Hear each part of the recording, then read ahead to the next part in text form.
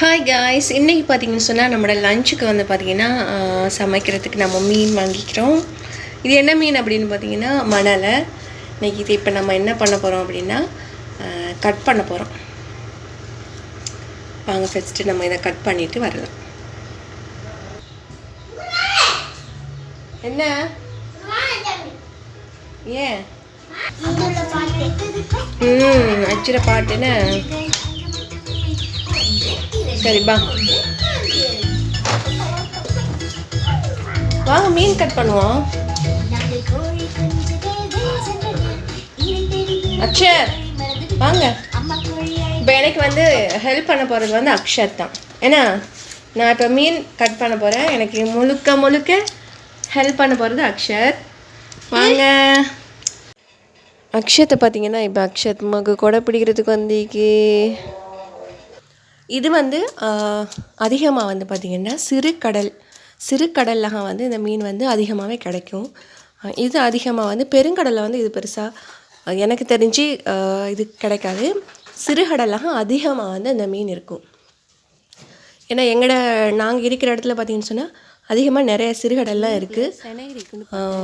அதிலிருந்து அதிகமாகவே இந்த மீன் எங்களுக்கு வந்து அதிகமாகவே கிடைக்கும். இந்த மீனில் என்ன ஸ்பெஷல் அப்படின்னு பார்த்திங்கன்னு சொன்னால் நல்ல சதை இருக்கும், நல்ல சூப்பராகவும் இருக்கும் சாப்பிட்றதுக்கு. அதோடு பார்த்திங்கன்னு சொன்னால் இந்த மீனில் வந்து சின்ன பிள்ளைங்களுக்கெல்லாம் செனைன்னு சொன்னால் அந்த மீனுடைய அந்த முட்டைகள் சரியா, அந்த செனை வந்து இந்த மீனில் வந்து இருக்கும். அது வந்து சூப்பராக இருக்கும். சின்ன பிள்ளைகளுக்கெல்லாம் வந்து ரொம்பவே பிடிக்கும். அதிகமாக விரும்பி சாப்பிடுவாங்க அந்த மீனில் இருக்கிற செனையை. அதோடு பார்த்திங்கன்னா இந்த மீனில் இன்னும் நீக்கி என்னென்னு சொன்னால் பொக்கனின்னு சொல்லக்கூடிய ஒரு சின்னனா இருக்கும், ஒரு வட்ட வடிவில் இருக்கும் சின்னனா பொக்கனி. அதுவும் விரும்பி சாப்பிடுவாங்க. இந்த மீன் எங்களோட வீட்டில் வந்து பார்த்திங்கன்னா 2 பேர் இருக்காங்க. அவங்க 2 பேருக்குமே நான் இந்த மீன் வாங்கிட்டேன்னு சொன்னால் அம்மா உள்ளுக்குள்ளே செனை இருக்கா அப்படின்னா கேட்பாங்க. ஏன்னா அவங்க வந்து அதிகமாகவே அதை ரொம்பவே விரும்பி சாப்பிடுவாங்க. அதுக்காகவே நான் இந்த மீன் வாங்குவேன். ஆனால் எல்லா டைம்லேயும் பார்த்திங்கன்னு சொன்னால் செனை இருக்காது. அது ஒரு சீசனுக்கு தான் கிடைக்கும். நம்ம மீன் வாடிகளில் பார்த்திங்கன்னு சொன்னால் சொல்லி வச்சோன்னு சொன்னால் அவங்க வந்து இந்த மீனை வந்து கருவாடு போடுவாங்க.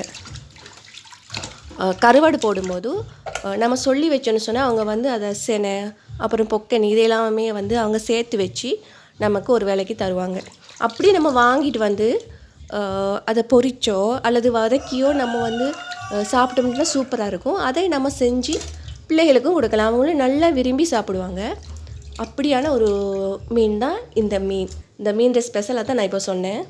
இப்போ வந்து மீனை வந்து நம்ம சுத்தமாக உப்பு போட்டு சுத்தமாக நல்லா கழுவி எடுத்துக்கொள்வோம்.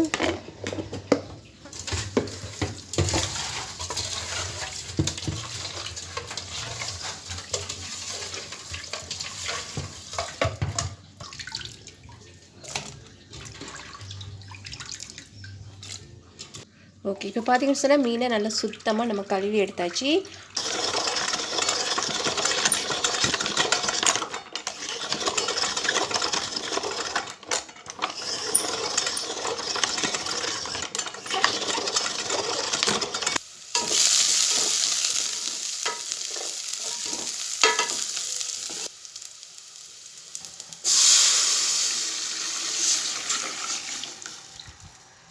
அதோடு பார்த்தீங்கன்னு சொன்னால் மீனோட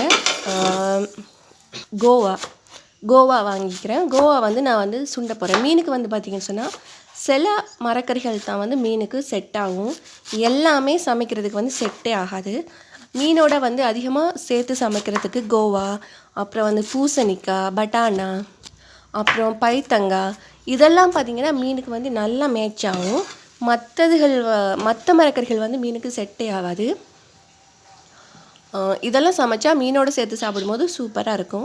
இன்றைக்கி நான் வந்து பார்த்திங்கன்னா கோவா சுண்டல் பண்ண போகிறேன். தேங்காய் போட்டு சுண்டல் பண்ண போகிறேன். இதுதான் இன்றைக்கி எங்களுடைய லஞ்சுக்காக நான் செய்கிறது.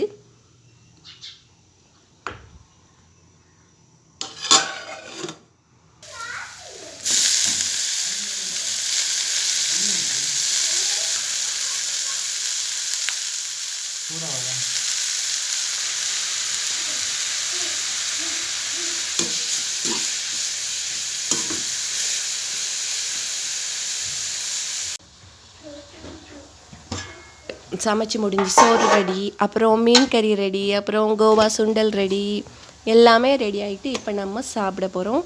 ஆக்கிஃபும் பார்த்தீங்கன்னு சொன்னால் ஸ்கூல்ல இருந்து வந்துட்டார். இப்போ நம்ம சாப்பிட போகிறோம்.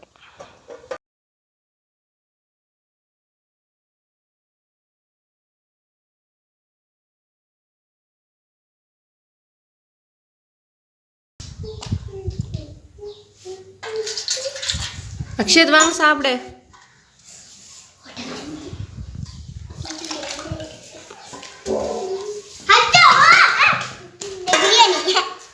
பிரியாணியா? இங்கே பிரியாணியெல்லாம் இல்லை.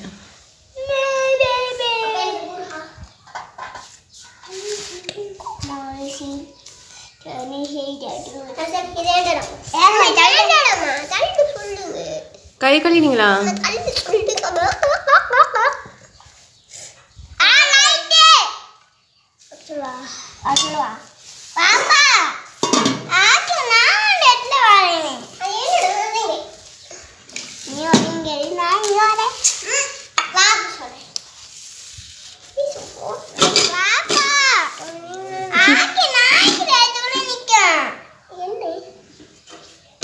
அது மீன் கறி.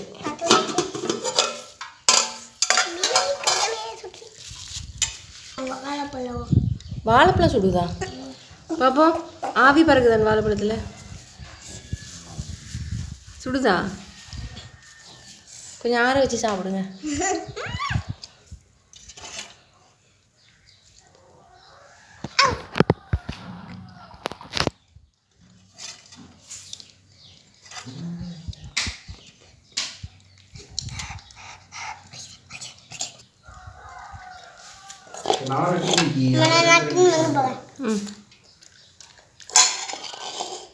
சாப்பிடுங்க.